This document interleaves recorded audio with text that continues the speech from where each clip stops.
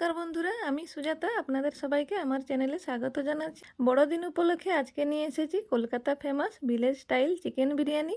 এইভাবে বিরিয়ানি রান্না করলে বিরিয়ানি পুরো ঝরঝরে হবে, আলু আর মাংস ভালোভাবে সেদ্ধ হয়ে যাবে।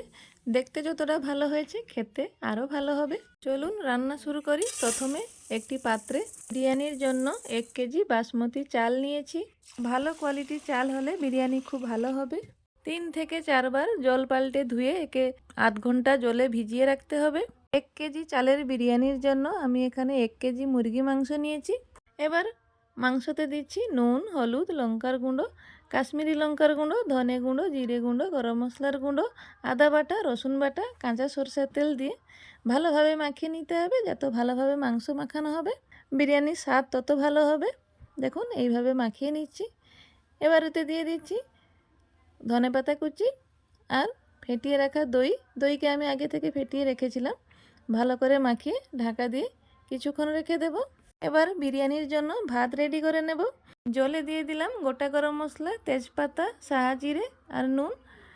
এখানে 1 কেজি চালের জন্য 2 চামচ নুন নিয়েছি। এবার এতে দিয়ে দিচ্ছি 2 চামচ সাদা তেল দিয়ে হাই ফ্লেমে চালকে ভালোভাবে ফুটিয়ে নিতে হবে। এবার বিরিয়ানির জন্য বড় বড় পিস করে আলু কেটে ধুয়ে নিয়েছি। এতে দিয়ে দিচ্ছি নুন, হলুদ দিয়ে ভালোভাবে মাখিয়ে নিচ্ছি। মাখানো হয়ে গেছে। কড়া বসিয়ে কড়া গরম করে দিয়ে দিলাম সরষের তেল। সরষের তেল গরম হয়ে গেছে। এবার আলুগুলোকে ভেজে নিতে হবে। মিডিয়াম ফ্লেমে ভালোভাবে আলুগুলো ভেজে নিতে হবে যাতে ভিতর থেকেও ভালোভাবে সেদ্ধ হয়ে যায়। দেখুন হালকা ব্রাউন কালার হয়ে এসছে। আলু 50% সেদ্ধ হয়ে এসছে। এবার তুলে নিচ্ছি। এবার বিরিয়ানির জন্য বেরেস্তা রেডি করে নেব। ওই কড়াইতে আর কিছুটা তেল দিয়ে দিলাম গোটা গরম মশলা আর স্লাইস করে কেটে রাখা পেঁয়াজ, যাতে বেরেস্তার জন্য পেঁয়াজ ভালোভাবে ভাজা হয়ে যাবে। এখানে 1 কেজি মাংসর জন্য 400 গ্রাম পেঁয়াজ নিয়েছি। দেখুন পেঁয়াজ ভালোভাবে ভাজা হয়ে এসছে। এবার সব পেঁয়াজ তুলে নিচ্ছি। ওই তেলেই দিয়ে দিলাম ম্যারিনেট করে রাখা মাংস। মিডিয়াম আঁচে একে ভালো করে কষিয়ে নিতে হবে। যত ভালোভাবে মাংস কষানো হবে বিরিয়ানির স্বাদ তত ভালো হবে।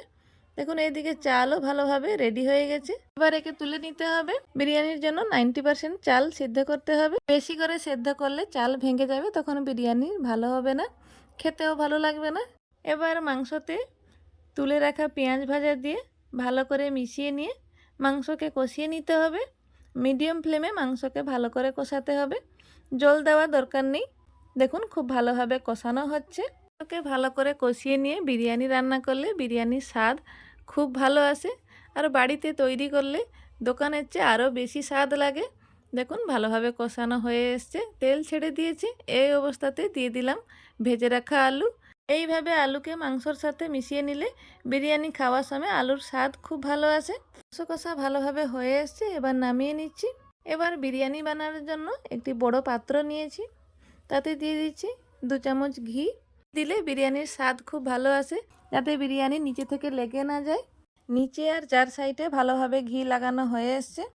ঘির বদলে তেলও ব্যবহার করতে পারেন, তবে ঘি দিলে স্বাদ খুব ভালো আসে। এবার এতে দিয়ে দিচ্ছি আগে থেকে জল ঝরিয়ে রাখা ভাত। এবার কিছুটা ভাত ছড়িয়ে দিচ্ছি, দিয়ে উপর থেকে দিয়ে দিচ্ছি কষা মাংস আর আলু। পরিমাণে মাংস আর আলু দিয়ে এবার উপর থেকে আবার দিয়ে দিচ্ছি ভাত। এইভাবে লেয়ার করে নেব, দিলে বিরিয়ানি খেতে খুব ভালো লাগবে। এইভাবে বিরিয়ানি বানালে সত্যি বিরিয়ানির স্বাদ খুব ভালো আসে। এবার উপর থেকে ছড়িয়ে দিচ্ছি বিরিয়ানির মশলা। তার উপরে দিয়ে দিচ্ছি কেওড়ার জল, গোলাপ জল, ঘি, ফুড কালার দিলে বিরিয়ানি দেখতে খুব ভালো লাগে। তারপরে দিয়ে দিচ্ছি কষা মাংস আর আলু। এইভাবে আমি 3টা লেয়ার করে নিয়েছি। দিয়ে আবার উপর থেকে দিয়ে দিচ্ছি ভাত।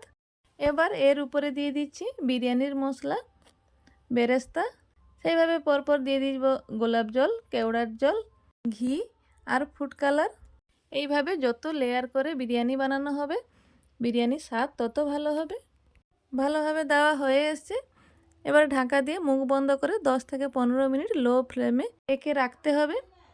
এখন 15 মিনিট পর গ্যাস বন্ধ করে খুলে আপনাদের দেখাচ্ছি কত দারুণ দেখতে হয়েছে। দেখুন আর বিরিয়ানির গন্ধে ঘর পুরো মও করছে। এবার কতটা ঝরঝরে হয়েছে দেখাচ্ছি আপনাদের। দেখুন এই পদ্ধতিতে বানালে বিরিয়ানি কিন্তু পুরো ঝরঝরে হবে, একটাও চাল ভেঙে যায়নি আর দেখতেও দারুণ হয়েছে। সহজেই বিরিয়ানি রান্না করে আপনাদের সঙ্গে শেয়ার করলাম। এইভাবে আপনারাও বাড়িতে তৈরি করে নিতে পারেন Kolkata famous village style chicken biryani. আশা করি ভালো লাগবে।